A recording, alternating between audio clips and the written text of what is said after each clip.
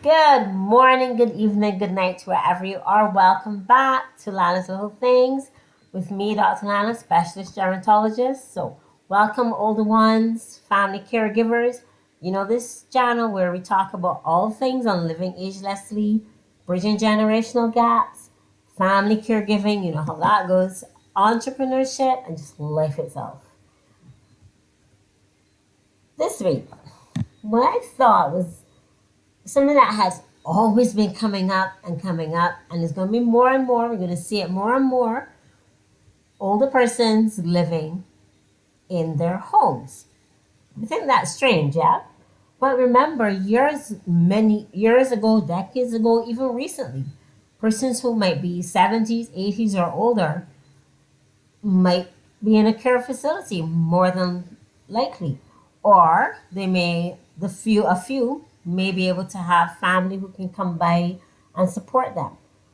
But as the world is aged and is aging, and many older persons are remaining in great health, if you had a choice as an older person, where would you want to spend your days?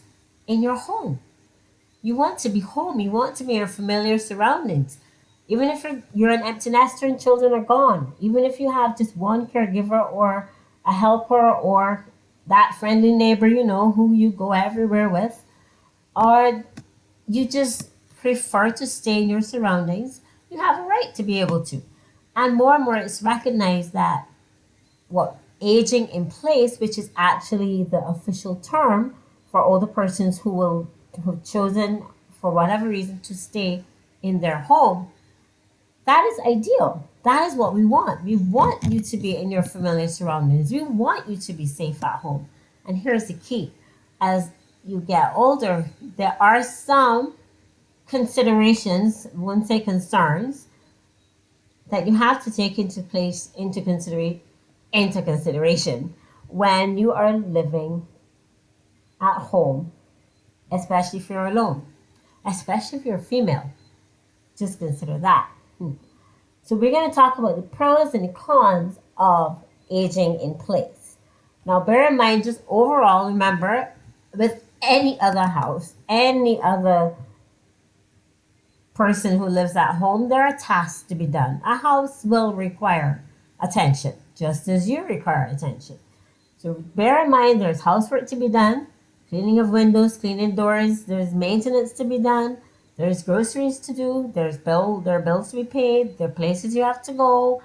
Your personal needs have to be taken care of. So how are you going to practically deal with things like bathing and attending to your own personal routine, bedtime, just the basic house management and your self management. If you have a medical illness, getting to the doctor, has that been arranged? Do you know your emergency contacts? Do you have an emergency facility in case something happens to you when no one is there? Many people do live far away from friends and family.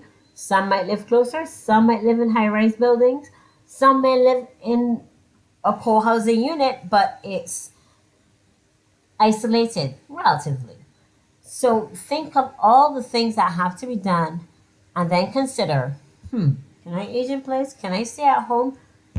First of all, yes, you can by all means stay at home. Aging is not a disease, it's a process.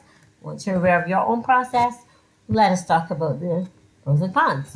So, what are some of the benefits? We'll talk about four benefits and then we'll talk about four, I would say con, maybe consideration.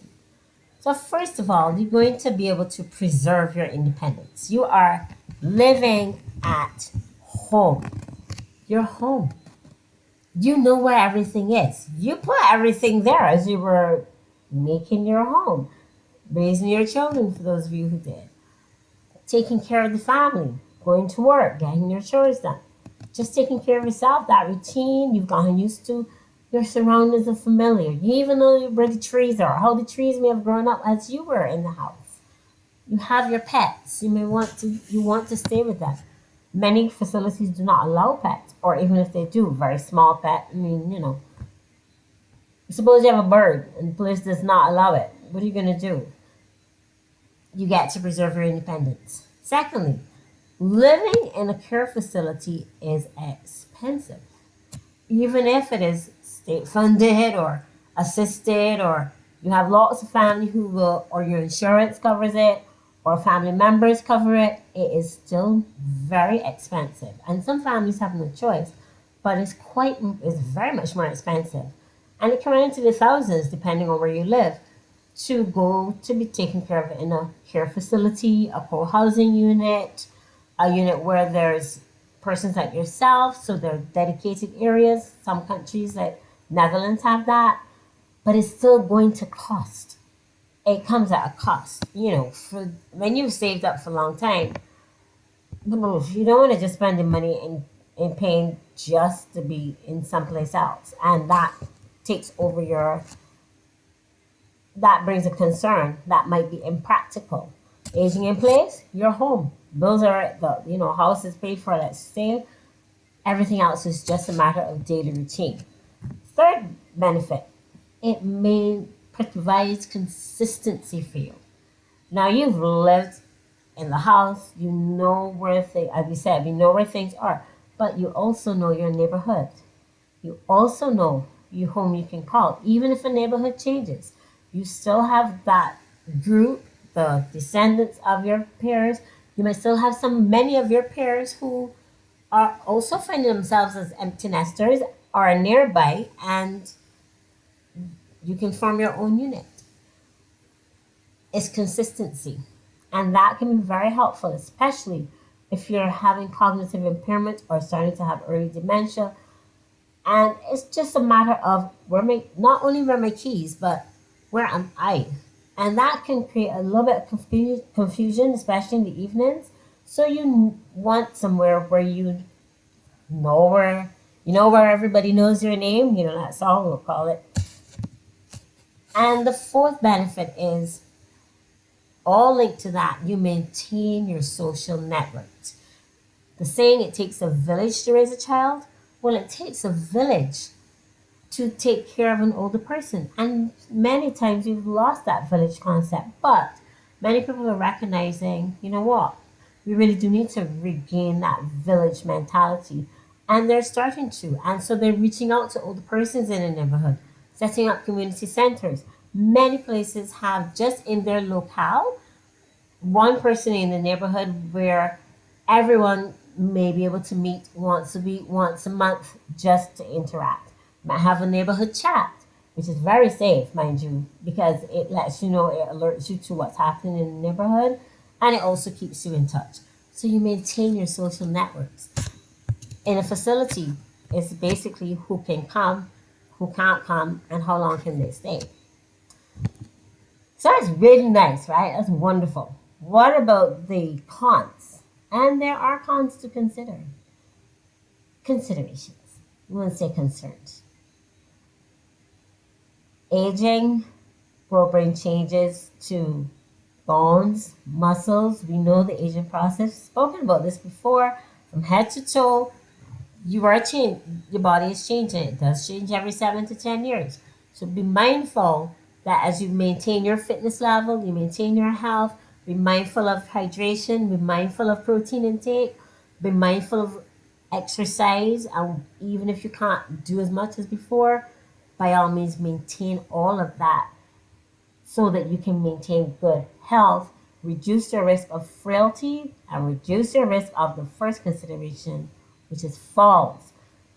Cannot tell you I cannot tell you how distressing and how disruptive, more than inconvenient, just upside down, turn around everything is in a whirl if you should fall as an older person, and especially if you break a bone. And the most common bones broken, well, forearm bones, yes, but hips. And in an older person, a hip fracture carries not only risk of injury and uh, illness and all that might be recovered, and if you can have a replacement of your hip, but it also brings with it early death. Let's be frank, that is true, and fast decline, and it is just so heartbreaking. So maintain the awareness and adjust your home especially the bathroom, which we've also talked about, and in the kitchen and on the outdoors. Make sure you have enough in the bathroom, well, everywhere. You've got good lighting in the stairs, the hallway, the front of the house, the back of the house, the side of the house, underneath the house, if there's in the basement, if you have one, and in the bathroom, certainly. Grab bars, security bars, safety lock on the door so you don't get yourself locked in the bathroom. Security and safety mechanisms so you do not get locked either out or inside of your house, and there's no one can get help for you. Remember to have non-skid areas. Please remove all rugs. There's the things, just little things that you can do to reduce the trip hazard, the fall hazard, injury, and just disruption. So please be mindful of that. Falls and injuries, when nobody's home, help, and they can't get up, there's no one there, you can do the rest. There's no one there. That brings me to the second consideration or con, isolation. We saw this during COVID-19 lockdown. Globally, the isolation, the pandemic of loneliness, the lack of connectivity, even if it was people did FaceTime, we're still doing that, which is wonderful. As we said, we're building communities. But when the lights go out, you're still by yourself. You may have friends you can talk to for hours. What happens at 2 o'clock? You can't talk to 2, 3, 4, 5, 6 in the morning. Maybe you can, but not every day. So the isolation is a serious, but it's underappreciated because when there's no real physical presence, as my mom always says, just the presence of a person makes a difference in a home, when especially if you live alone. So you can have friends over, but be aware that at night, in the evenings, make sure you have a dedicated bedtime so that you can go to sleep with the birds, wake up with the birds, and the night is relatively uneventful. And you did not have to be thinking and looking at the walls like, I have no one to talk to. So be aware of isolation. So do you have your network of friends? Do you have your emergency contacts? Again, do you have an emergency button in case you fall, in case you start to feel ill in the night, where it can link to an emergency center? There is a risk of early dementia, heart disease, and stroke, and injury, and depression and anxiety for older persons who have found themselves in a place where they are basically left alone. When children leave, a lot of people really do decline too. So bear that in mind. We talked about it already, but safety. Do you have a fire drill? Do you have an idea of what to do if there's a fire? I mean, we have talked about it, but as even if you're alone, aging in place, have you spoken to your family or neighbors or friends about what may need to happen in your house, where you need to get out, where is your safety exit? Safety exit, mind you, not through the window, because that might mean jumping floors, and we know that's going to break. So be aware of having fire safety as a matter of norm. I live in the Caribbean, and we have to be aware that it's coming up. Well, we're in hurricane season. Is the roof secure? Are the windows secure? Is there anything that needs repairing? What about if you lose electricity? What happens then? Where is your ability to handle an emergency? And if you have to leave home, who do you go to? So that's a consideration. And remember, and fourthly, the house has to be maintained. We said that before. Are you in a position as you get 80 and 90, 100 for those of you who will be getting to their wonderful batting age, as we call it? You're going to still be scrubbing the toilets and scrubbing the floor and vacuuming and cleaning the ceiling and, bending over to clean under the bed and the cupboards? This is a practical consideration. A house is like a child. It requires constant attention and maintenance and love and care and monitoring. So, you physically, are you able to maintain that? Hardly. So do you have a contingency plan? You will have to have cost considerations. Even if you have that friendly neighbor, family member, do you have other maintenance people for the electrician, the plumber, or who else? The handyman, anybody. If you're still driving, have you got your car in safe condition? Have you checked the car? All these things are considerations.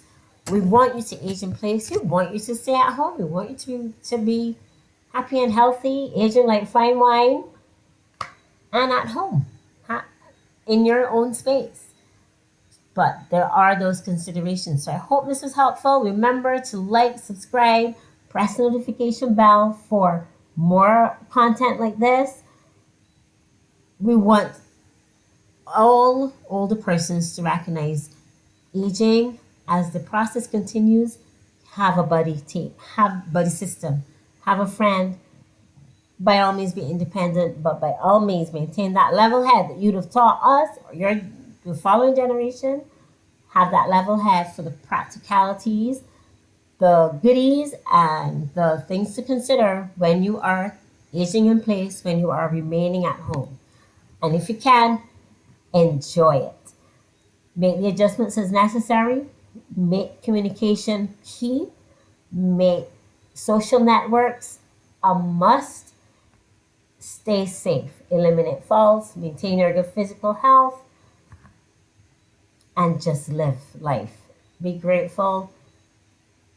Be happy. Live long and prosper.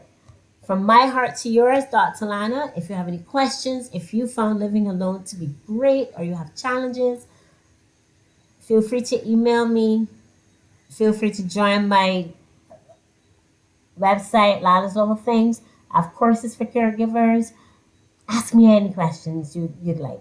Put it in the comments. Share. Tell a friend who might need to hear this. Tell a friend and reassure them that living alone is okay, or if they have to move, well, what might have to happen. We'll talk about that for another time.